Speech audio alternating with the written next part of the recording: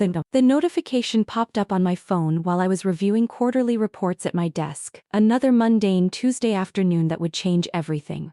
Lyra had posted to Instagram a warm, golden photo of our family gathered around the Christmas dinner table, everyone laughing over shared jokes and clinking wine glasses.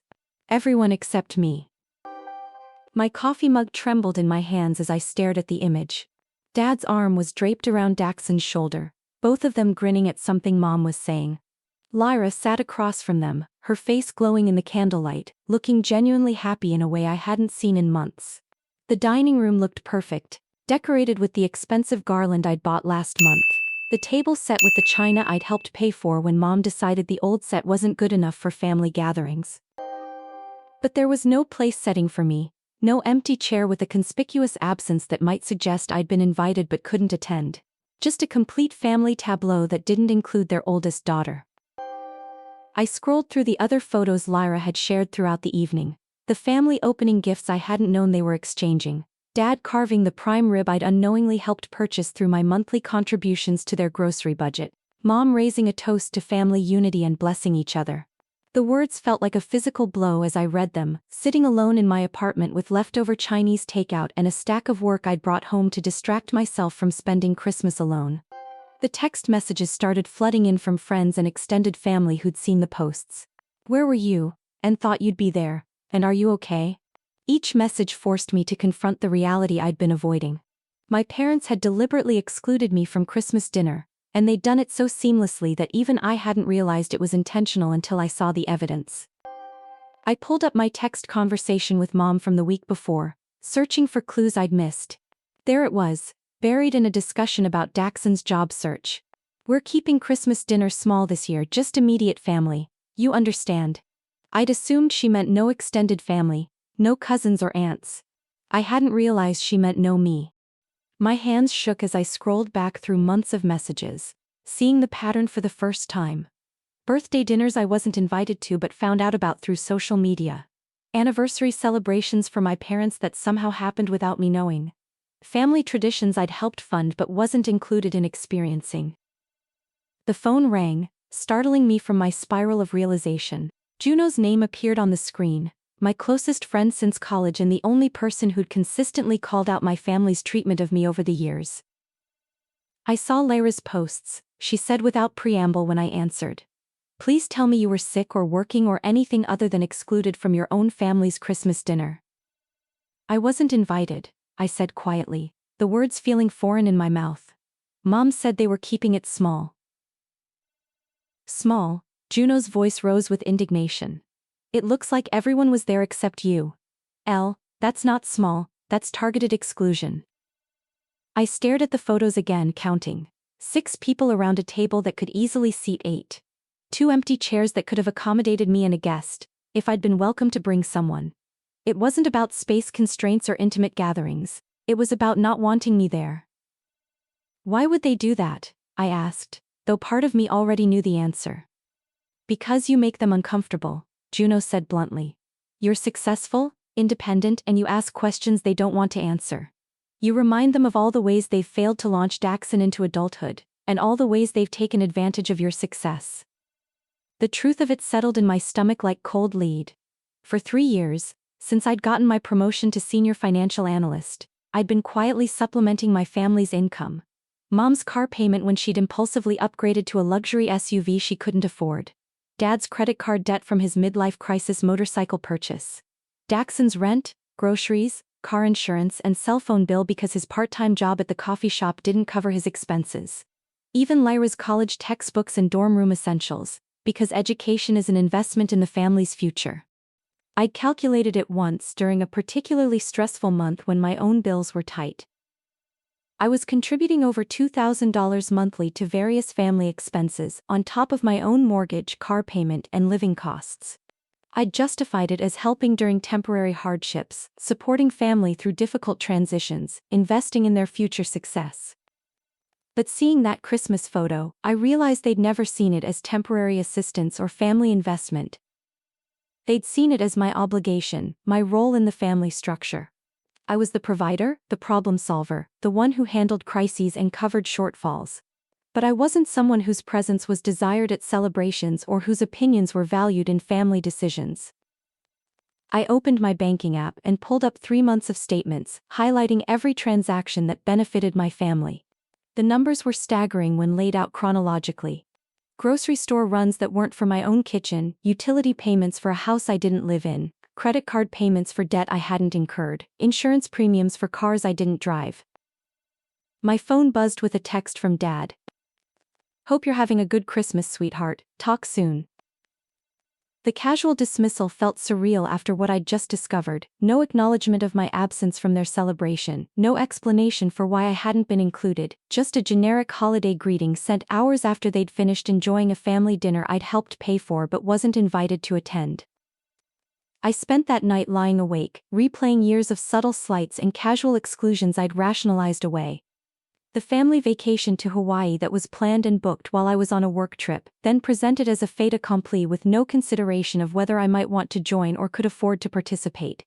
The family portrait session for Christmas cards that happened when I was supposedly too busy with work to attend, though no one had asked if I could rearrange my schedule. The graduation party for Daxon's associate degree that I helped fund but learned about through Facebook posts. Each memory felt like a small betrayal, but together they painted a picture of systematic exclusion disguised as consideration for my busy schedule or assumed preferences. My family had decided I was too serious, too work-focused, too demanding of accountability to be included in their casual enjoyment of the lifestyle my contributions made possible. The next morning I called Elias Monroe, the financial advisor I'd been working with to plan my retirement savings.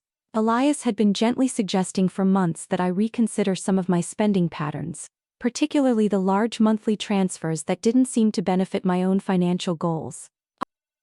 "I need to understand something," I said when he answered. "If I stopped all financial support to my family immediately, how much would that change my monthly budget?" Elias was quiet for a moment, probably pulling up my account information. "Are we talking about the regular transfers to your parents and brother? The bill payments you make for accounts not in your name? All of it. Every cent that goes to support anyone other than myself?" That would free up approximately $2,400 per month in your budget. That's nearly $30,000 annually that could be going toward your own savings, investments, or debt reduction. $30,000. I sat with that number, thinking about my own postponed plans, the kitchen renovation I'd been saving for, the European vacation I'd dreamed about but never felt I could afford, the emergency fund that remained perpetually thin because emergencies always seemed to happen to other family members. What would my financial picture look like if I'd been saving that money instead of giving it away for the past 3 years? I asked. Another pause while Elias ran calculations. Conservatively accounting for compound growth in diversified investments, you'd have approximately $95,000 in additional assets. That doesn't include the opportunity cost of retirement contributions you could have made or debt you could have paid down early. $95,000. Nearly 6 figures I'd transferred from my own future security to subsidize my family's immediate comfort, only to be excluded from the family gatherings my money had helped make possible. "Elias, I need to make some changes to my automatic payments," I said. "What kind of changes?" "I need to cancel every payment that doesn't directly benefit me, starting immediately." Salatsum. I spent the rest of the morning on the phone with banks and service providers, canceling automatic payments I'd set up to help my family manage their expenses. Mom's car payment, which I'd been covering since her hours were reduced at the boutique where she worked. Dad's motorcycle insurance because the payments had been temporarily overwhelming his retirement income.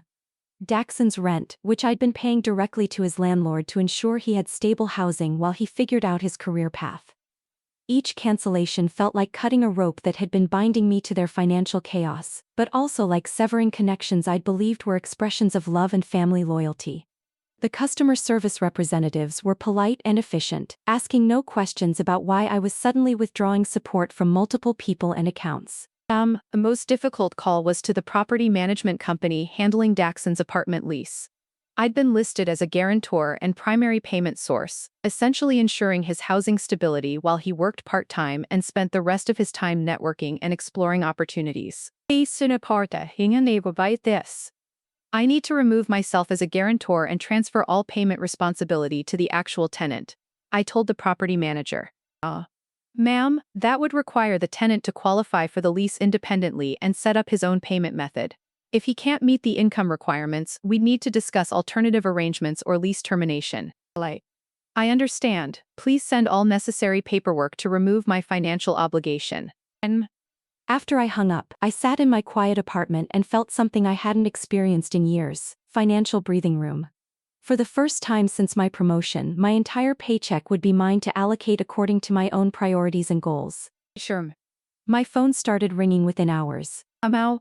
Mom called first, her voice tight with panic. Honey, I got a call from the car dealership saying the payment was declined. I think there might be some kind of banking error. There's no error, Mom. I canceled the automatic payment. Silence stretched between us, long enough that I wondered if the call had dropped. Why would you do that? She asked finally. Because it's not my car and it's not my responsibility. But you know I can't afford the full payment right now. We talked about this when I got the SUV. You said family helps family. Family helps family. The phrase that had justified 3 years of financial manipulation and emotional exploitation.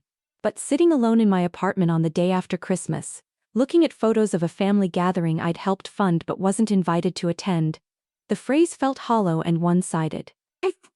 When's the last time you helped me with anything, Mom? I asked quietly. Another silence, this one heavier with implications neither of us wanted to address. That's different, Elle. You don't need help. You have a good job and you're responsible with money. I'm responsible with money because I have to be. Because I'm supporting 4 adults on 1 income. You're exaggerating. We don't ask you for that much. I pulled up my banking app and calculated the previous month's family-related expenses. Last month you asked me for $800 for the car payment, Dad needed $600 for his credit card minimum, and I paid Daxon's rent, groceries and phone bill, which totaled $1,400. That's $2,800, Mom. More than some people make in a month. Those were emergencies, Elle. Temporary situations until everyone gets back on their feet. For 3 years? Dad's been retired for 3 years and his temporary financial adjustment is still ongoing. Daxon graduated college 2 years ago, and his temporary career transition apparently requires indefinite subsidization. When does temporary become permanent? Mom's voice hardened in a way that reminded me of childhood arguments, where I'd been expected to accept whatever reasoning she provided without question. I don't appreciate your tone, Elowen. We're family. Family takes care of each other during difficult times. Were you taking care of me yesterday when you had Christmas dinner without inviting me? The question hung in the air between us, crystallizing the real issue underlying our financial arrangements. I'd been funding their lifestyle while being systematically excluded from their emotional and social family life. That was different, Mom said finally.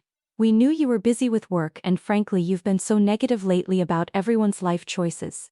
We thought you'd be more comfortable having a quiet Christmas on your own.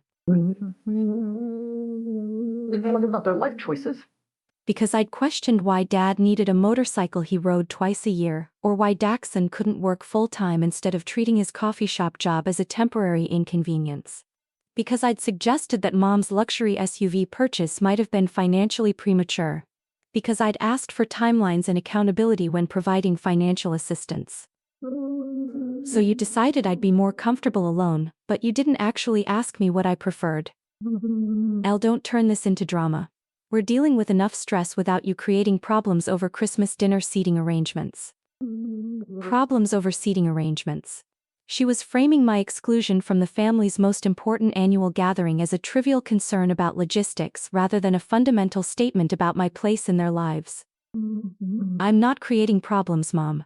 I'm stopping my financial contributions to people who don't include me in their family. You can't just stop helping your family because your feelings got hurt. I can stop subsidizing people who don't consider me family enough to invite to Christmas dinner. I ended the call and turned off my phone, knowing that the conversation was just the beginning of what would likely be weeks of pressure, manipulation, and attempts to restore the financial status quo that had worked so well for everyone except me. Juno came over that evening with Thai food and a bottle of wine, settling onto my couch like she was preparing for a lengthy debriefing session. How bad was the fallout?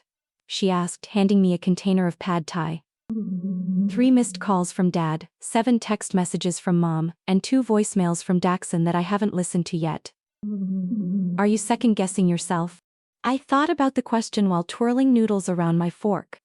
6 hours ago, I would have been preparing to call Mom back with an apology and a promise to resume the car payments. The Elle who had existed before seeing those Christmas photos would have prioritized family harmony over personal boundaries, would have rationalized the exclusion as a misunderstanding rather than a deliberate choice. No, I said, surprising myself with the certainty in my voice. I'm not second-guessing myself. I'm angry that it took me 3 years to recognize what was happening. What was happening? I was being used as a bank that provided interest-free loans with no expectation of repayment, while being treated as too problematic to include in family celebrations. I was funding their lifestyle while being excluded from their lives.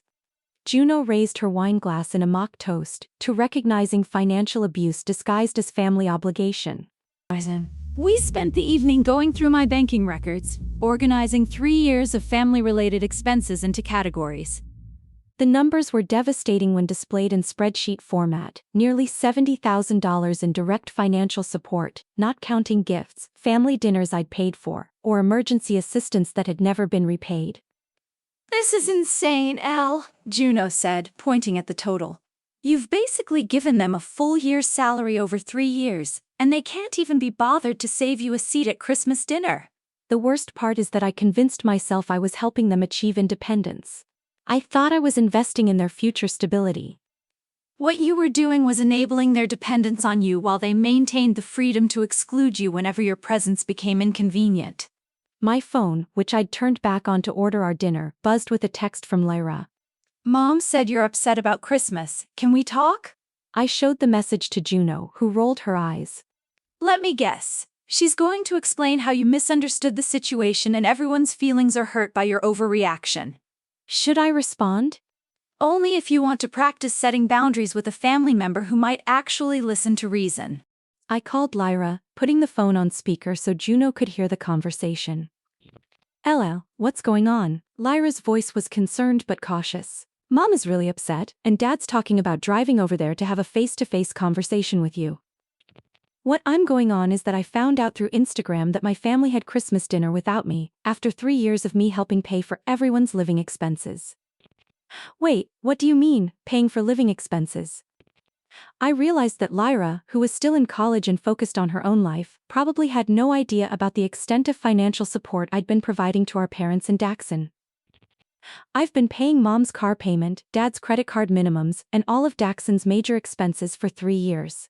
I've contributed nearly $70,000 to family finances while being systematically excluded from family gatherings." $70,000.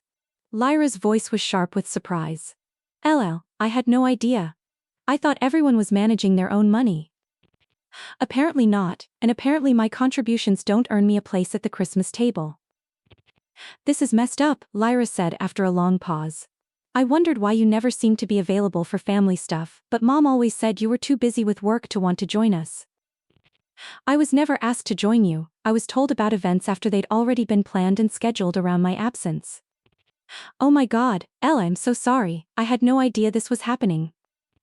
Juno nodded approvingly, mouthing she's the reasonable one while Lyra continued. "What are you going to do?" "I've already done it. I canceled all the financial support. Everyone needs to figure out how to pay their own bills from now on." "Good for you," Lyra said firmly. "This whole thing is insane. You've been subsidizing everyone while they treat you like you're too difficult to include in the family." After we hung up, Juno looked impressed. "Well, at least one family member has functioning moral instincts. Now I need to figure out how to handle the rest of them." The answer came the next morning when I arrived at work to find my supervisor, Margaret Patterson, waiting by my desk with a concerned expression. "Oh? We need to talk," Margaret said. "My office, please." I followed her down the hall, my stomach sinking as I imagined what could require this kind of formal conversation. Margaret closed the door behind us and gestured for me to sit down. "I received some concerning phone calls yesterday afternoon," she began carefully. "People claiming to be your family members, expressing worry about your mental state and ability to handle your responsibilities here." The world tilted around me as I realized what was happening. My family wasn't just panicking about the loss of financial support, they were actively trying to sabotage my professional life as punishment for setting boundaries. What kind of concerns? I managed to ask. The callers suggested you might be having a breakdown, that you'd been making irrational financial decisions and might not be mentally stable enough to handle client accounts. They implied that your judgment had become compromised and that the company should be aware of potential liability issues. I stared at Margaret, processing the scope of what my family had done. They'd called my workplace to suggest I was mentally unstable, potentially trying to get me fired as retaliation for stopping their financial support. Margaret, I need you to know that I'm not having any kind of mental health crisis. I said carefully. What happened is that I discovered my family had excluded me from Christmas dinner after 3 years of me providing significant financial support to them. I decided to stop subsidizing people who don't treat me as an equal family member. Margaret's expression softened with understanding. So these phone calls were retaliation for your setting financial boundaries? It appears so. I canceled automatic payments for things like my mother's car payment and my brother's rent yesterday, and now they're trying to damage my professional reputation. I want you to know that these calls raised red flags for me immediately. People don't typically contact someone's employer to express concern about mental health unless they're trying to cause professional problems. It felt manipulative rather than genuinely concerned. Relief flooded through me at Margaret's perceptive response. Thank you for recognizing that. However, we do need to address this situation. If your family continues to contact your workplace, it could become a harassment issue that affects other employees and our professional environment. What do you suggest? Document everything. Keep records of any contact from family members, whether it's to you directly or to the company. If this escalates, we may need to involve HR or potentially law enforcement. I spent my lunch break calling Elias Monroe again, this time asking him to help me understand what legal protections might be available if my family continued to interfere with my employment. What they're doing could constitute harassment or defamation, Elias said. Calling your employer with false allegations about your mental state is a serious matter. Do you have any documentation of your financial support to them? 3 years of bank records showing every payment, transfer, and automatic bill payment. Good. That establishes both the pattern of financial support and your right to discontinue it. If they continue to retaliate, you may want to consult with an attorney who specializes in harassment cases. That afternoon, I received a series of increasingly frantic text messages from Daxon. What's wrong with you? You can't just stop paying my rent without warning. The landlord says I have 3 days to bring the account current or they'll start eviction proceedings. This is insane. You're destroying my life over some stupid family dinner. Fine, don't respond. But when I'm homeless, that's on you. I screenshotted each message and saved them in a folder labeled documentation, then typed a single response. Your housing is your responsibility. You're 26 years old. Daxon's reply came within minutes. You're a selfish bitch and I hope you're happy ruining the family. I screenshotted that message too, then blocked his number. Juno came over again that evening, bringing ice cream and the practical wisdom of someone who'd watched my family dynamics from the outside for years. How are you holding up? She asked, settling next to me on the couch. Better than I expected. It helps that Margaret was so understanding about the workplace harassment. What are you going to do if they escalate? Elias thinks I should consult with a harassment attorney if they continue interfering with my job. Honestly, I never thought my own family would try to get me fired for setting boundaries. Power and control, Juno said matter-of-factly. They've been controlling you through guilt and family obligation for years. When that stopped working, they moved to more aggressive tactics designed to force you back into compliance. Is that what this is? Like a power struggle? You've been supporting 4 adults financially for 3 years while being excluded from their emotional and social family life. They've trained you to believe that your value to the family is purely financial, while positioning themselves as too good to include you in their actual relationships. This isn't about family love or temporary assistance. This is about them maintaining power over someone they see as an ATM. The clarity of Juno's assessment was both devastating and liberating. I'd been operating under the assumption that my family's treatment of me was thoughtless or temporarily insensitive, when it was actually systematically designed to extract maximum financial benefit while providing minimal emotional investment in return. What would healthy family relationships look like? I asked. Reciprocity, Juno said immediately. When you help someone, they express genuine gratitude and look for ways to help you in return. When you're going through difficulties, they offer support without being asked. When they're making plans that affect you, they include you in the conversation. When they're celebrating, they want to celebrate with you. I thought about my relationship with Juno herself, how we'd supported each other through job changes and relationship difficulties and family crises over the years. How neither of us kept score of who had given more or received more, because the support flowed naturally in both directions based on need and capacity. I don't think I've ever had that with my family, I said. Not in your adult life, no. And probably not in your childhood either, if I'm being honest about what you've told me over the years. The next few days brought a parade of family members and family friends who'd been enlisted to convince me to resume financial support. My Aunt Dorothy called to express concern about family unity and suggest that I was being too harsh during the holiday season. My cousin Patricia left a voicemail about how much my parents loved me and how I was misunderstanding their intentions regarding Christmas dinner. Each conversation followed the same pattern: minimize my legitimate concerns, reframe the situation to make me the unreasonable party, and pressure me to restore the financial arrangements that had benefited everyone except me. No one asked how I was feeling about being excluded from Christmas. No one acknowledged the substantial financial sacrifice I'd been making. No one suggested that my family owed me an apology or should examine their own behavior. By the end of the week, I'd received over 30 phone calls and text messages from various relatives, all conveying some version of the same message. I was being selfish, my family loved me, and I needed to forgive and forget in the interest of family harmony. The final straw came when Mrs. Connolly, my elderly neighbor who'd known my family for years, knocked on my door with a concerned expression and a casserole. "Elowen, dear, I hope you don't mind me stopping by," she said, holding out the covered dish. "Your mother called me yesterday, very upset about some kind of family misunderstanding. She's worried about you living alone without family support." I accepted the casserole while processing the implication that my family had now involved my neighbors in their campaign to pressure me back into compliance. "What kind of family support?" I asked carefully. "Well, she mentioned that you'd been struggling financially and that the family had been helping you make ends meet, but now there's been some kind of argument and you're too proud to accept help." The breathtaking audacity of the lie left me momentarily speechless. My mother had told my neighbor that I was the one receiving financial assistance, rather than the one providing it.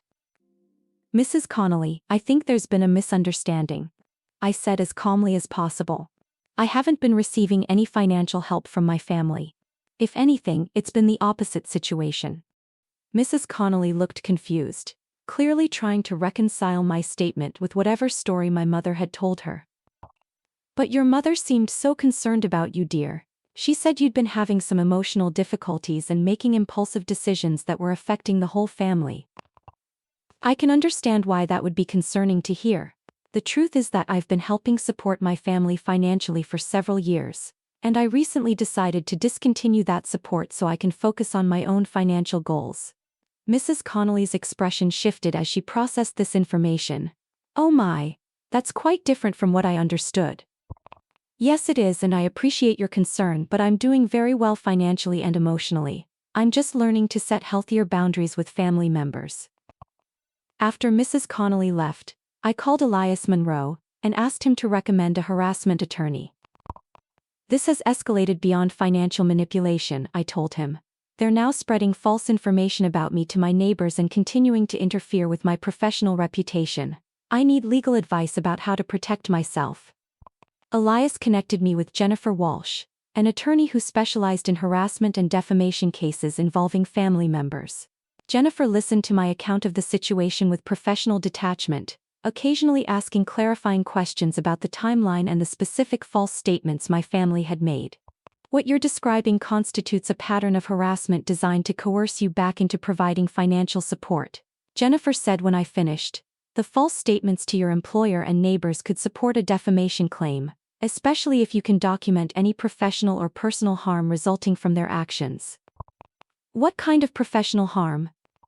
If your employer reduces your responsibilities, passes you over for promotions, or creates a hostile work environment based on concerns raised by your family's phone calls, that could constitute quantifiable damages.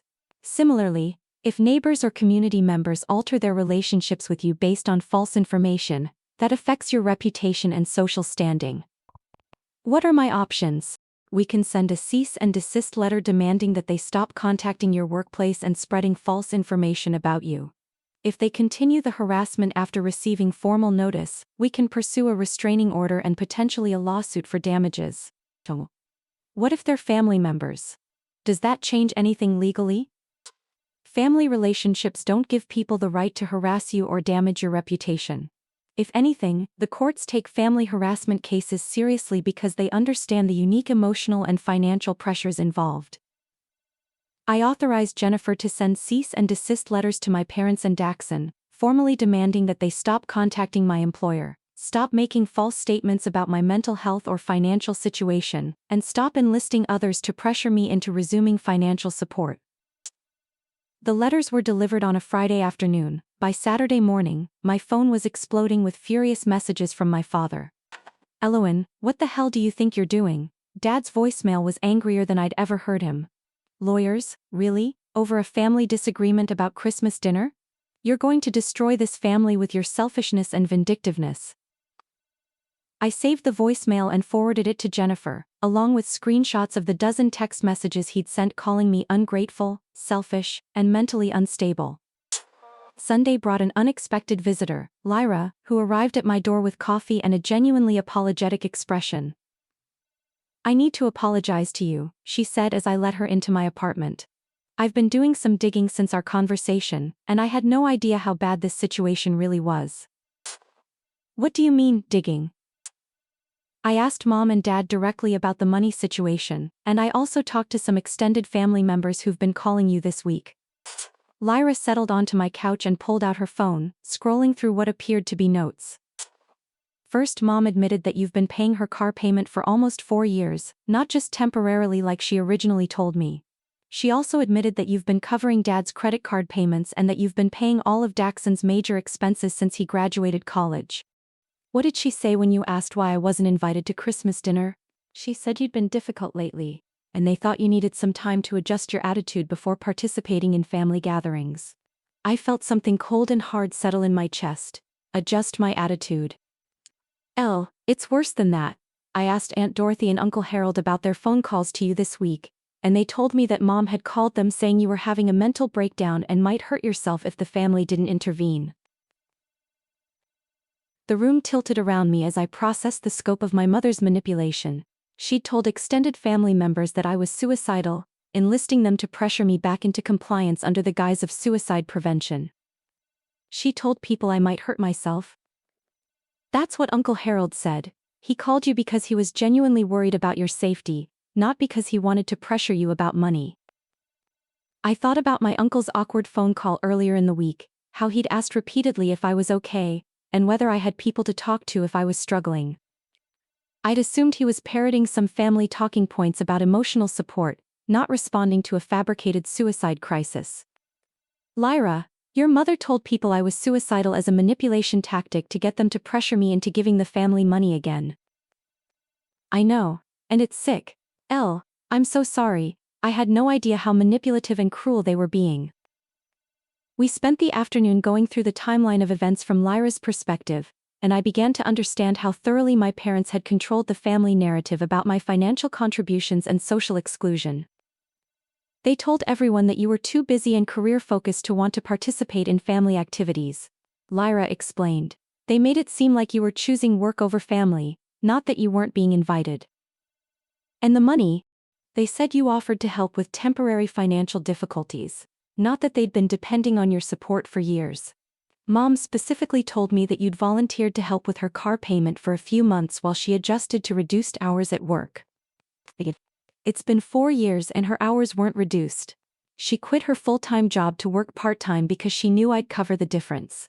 They've been lying to everyone, including each other. Dad doesn't even know the full extent of what you've been paying for. He thinks you're just helping with his credit cards, not supporting the whole family."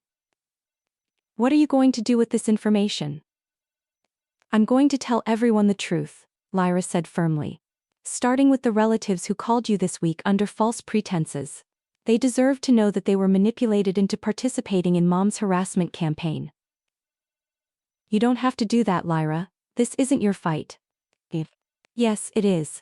You're my sister, and you've been protecting this family's financial stability for years while they've been systematically excluding and manipulating you.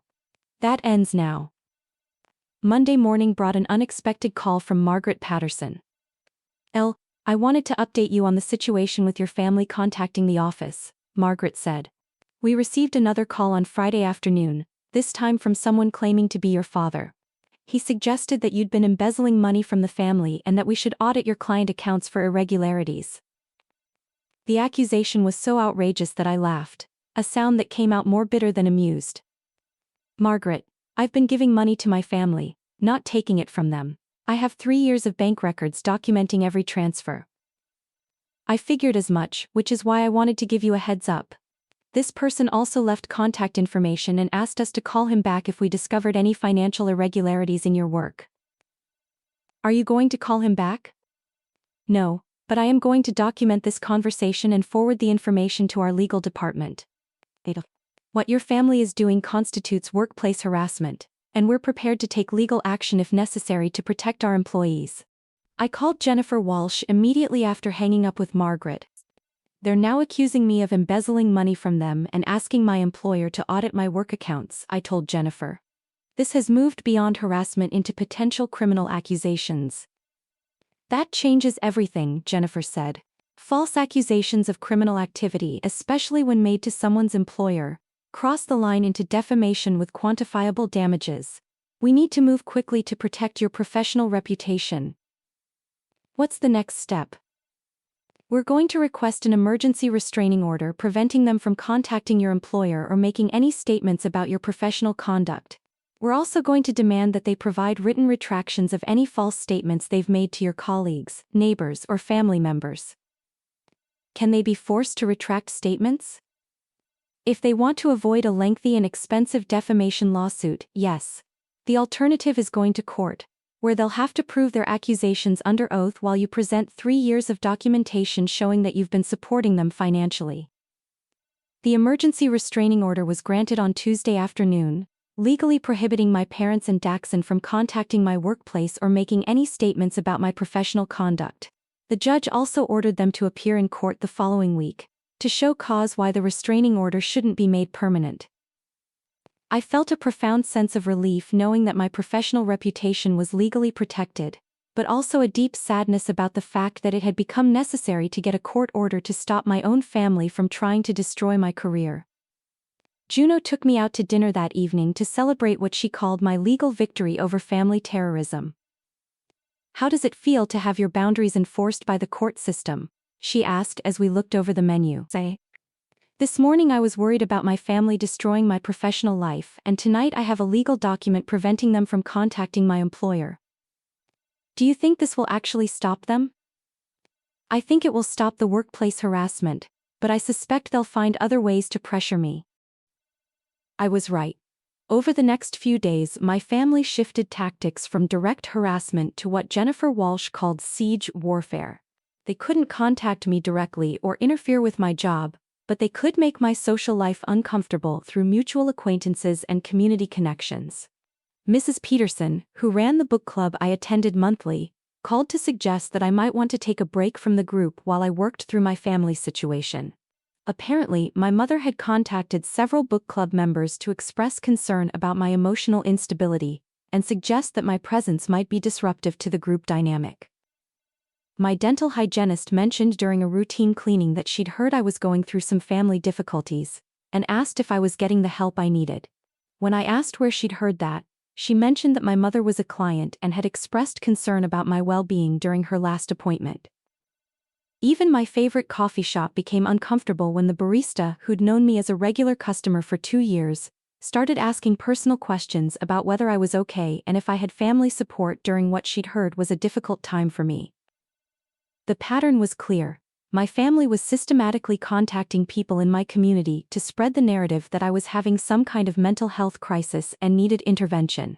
They couldn't contact my employer anymore, but they could make my personal life socially uncomfortable until I capitulated to their demands.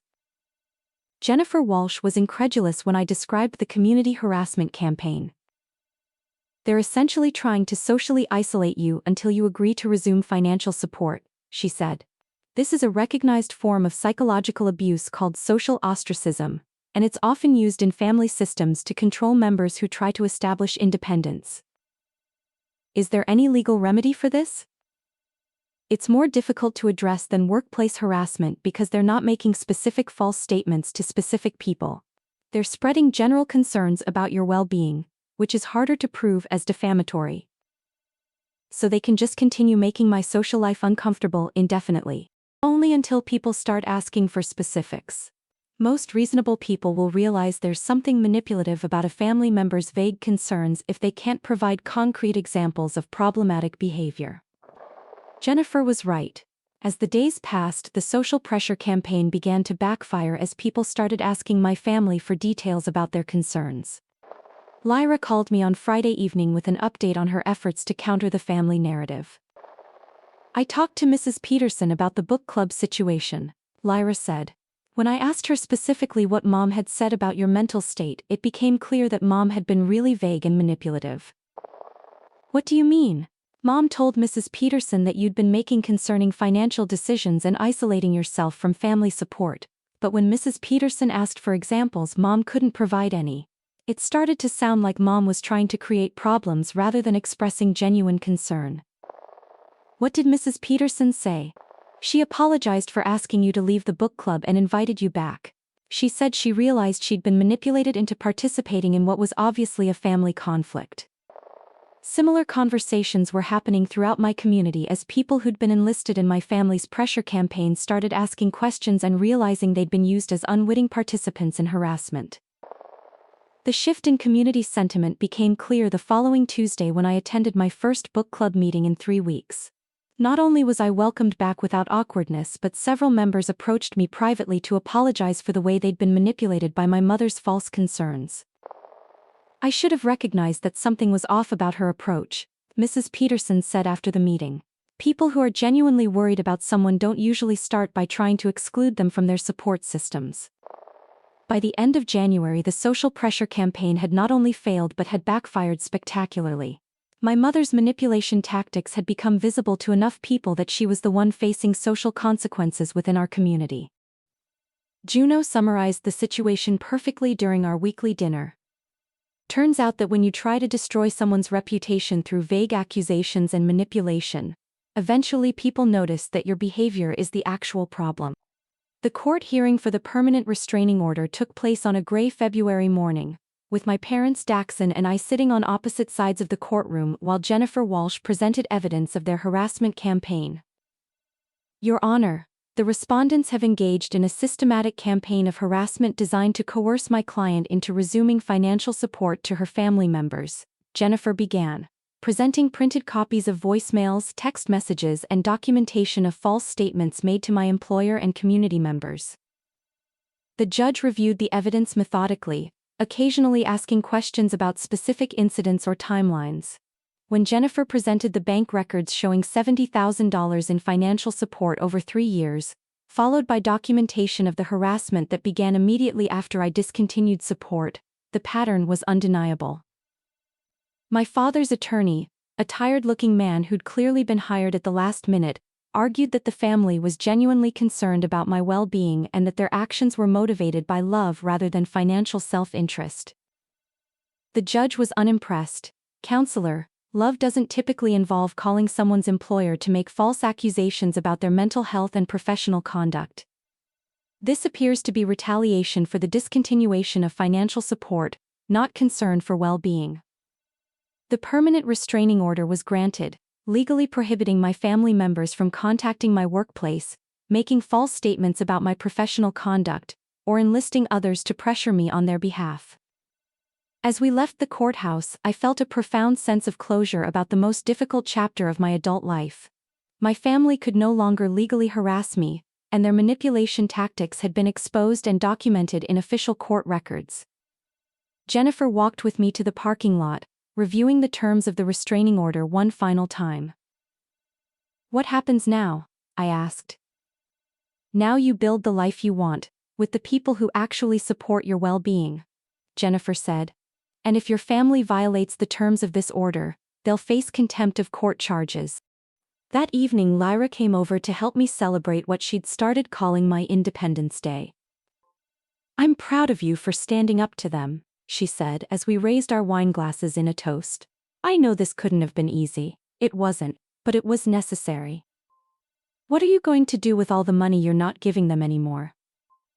I pulled out my laptop and showed her the financial plan Elias Monroe had helped me develop. "I'm increasing my retirement contributions, building an emergency fund, and saving for a trip to Europe I've been postponing for years." "That sounds amazing. The best part is that these are my choices, made according to my priorities, without having to consider anyone else's financial emergencies or poor planning." 6 months later, I was sitting in a cafe in Prague, video chatting with Juno about my European adventure while snow fell outside the window. "How does it feel to be financially independent?" Juno asked, admiring the view behind me. "Like breathing for the first time in years," I said honestly. I never realized how much mental energy I was spending managing other people's financial crises until I stopped doing it. "Any regrets about the family situation?" I thought about the question while watching tourists bundle up against the Prague winter. In the months since the restraining order, my parents had made no attempt to rebuild our relationship on healthier terms. There had been no acknowledgement of their behavior, no apology for the harassment campaign, no recognition that I'd been subsidizing their lifestyle while being excluded from their social and emotional family life. "I regret that it was necessary," I said finally, "but I don't regret protecting myself from people who were willing to destroy my professional reputation rather than respect my boundaries." "Have you heard from any of them?" Lyra keeps me updated. Apparently, Mom had to sell the SUV and get a smaller car she could actually afford. Dad picked up some part-time work to cover his credit card payments. Daxon moved back in with them when he couldn't make his rent without my support. So they're all living with the natural consequences of their financial choices. Exactly. Which is what should have been happening all along, instead of me subsidizing their poor planning while being treated as too difficult to include in family celebrations. When I returned from Europe, I found my life transformed in ways that went beyond financial freedom. Without the constant stress of managing family crises and financial emergencies, I had energy for relationships and activities that actually brought me joy. Michael Torres, a colleague from my company's Denver office, had been emailing me regularly during my trip, sharing photos of his own travels and asking about my adventures. When he asked if I'd like to have dinner when I returned, I realized I was finally in a position to explore a relationship without the distraction of family drama and financial stress. Our first date led to a second, then a third, and eventually to a relationship built on mutual respect and genuine compatibility, rather than crisis management and emotional rescue. "You seem different from other women I've dated," Michael said one evening as we walked through downtown after dinner. "More grounded, I guess. Like you know who you are and what you want." "I learned some difficult lessons about boundaries and self-respect in the past year," I said.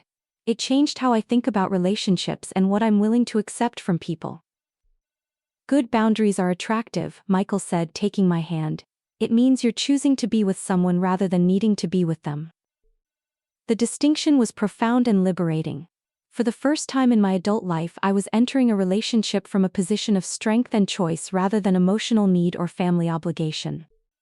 A year after the court hearing, Lyra graduated college and moved to Seattle for a job with an environmental consulting firm. She visited me before leaving, bringing coffee and a long overdue conversation about our family dynamics. "I've been thinking about everything that happened with Mom and Dad," she said as we sat on my balcony, watching the sunset. "I realized that I was part of the problem for years even though I didn't understand what was happening." "How so?" "I benefited from your financial support without acknowledging it or advocating for you within the family.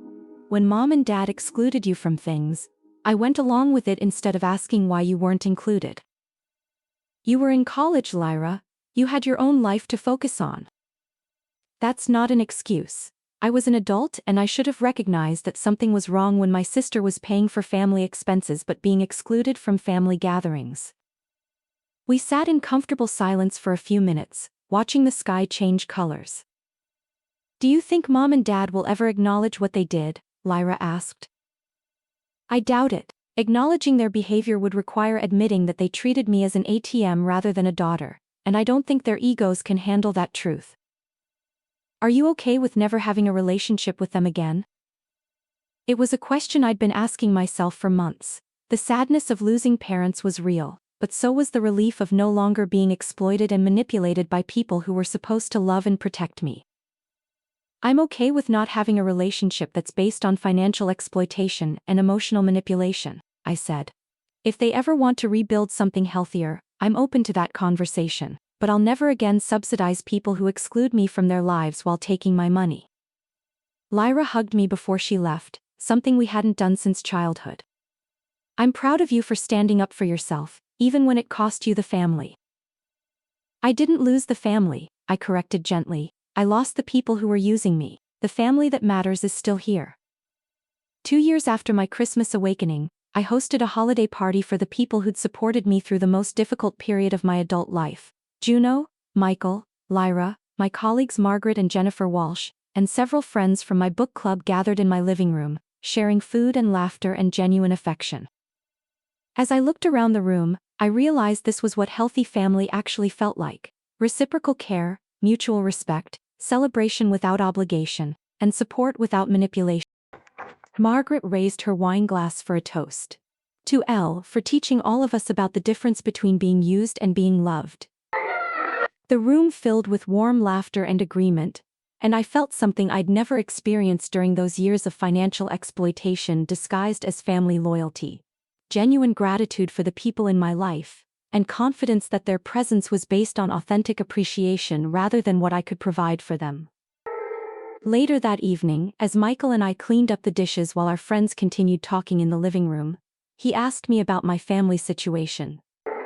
"Do you ever miss them?" "I miss the family I thought I had," I said honestly.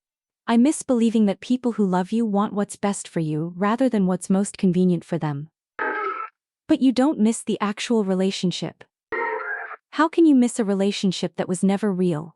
I was an ATM with emotional attachments, not a daughter or sister. What I have now, with people like Juno and Lyra and you, is what actual family relationships are supposed to feel like. Michael nodded, understanding the distinction. Mutual care instead of one-sided extraction. Exactly, and boundaries that are respected rather than constantly violated.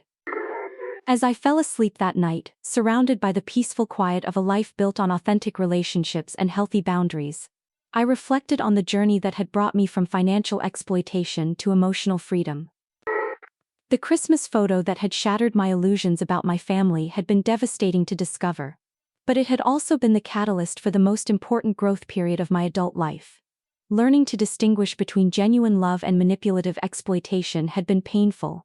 But it had created space for relationships based on mutual respect and reciprocal care. Most importantly, I'd learned that walking away from people who refuse to treat you with basic dignity isn't cruel or selfish. It's an act of self-preservation that creates the possibility for healthier connections to flourish.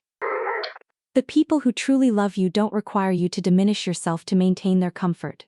Real family, whether biological or chosen, celebrates your boundaries rather than punishing you for having them. And sometimes the greatest gift you can give yourself is the courage to stop subsidizing people who treat you as too problematic to include in their lives, but too valuable to let go of completely. Freedom, I'd learned, sometimes looks like an empty chair at a Christmas dinner table. But it feels like finally being able to breathe.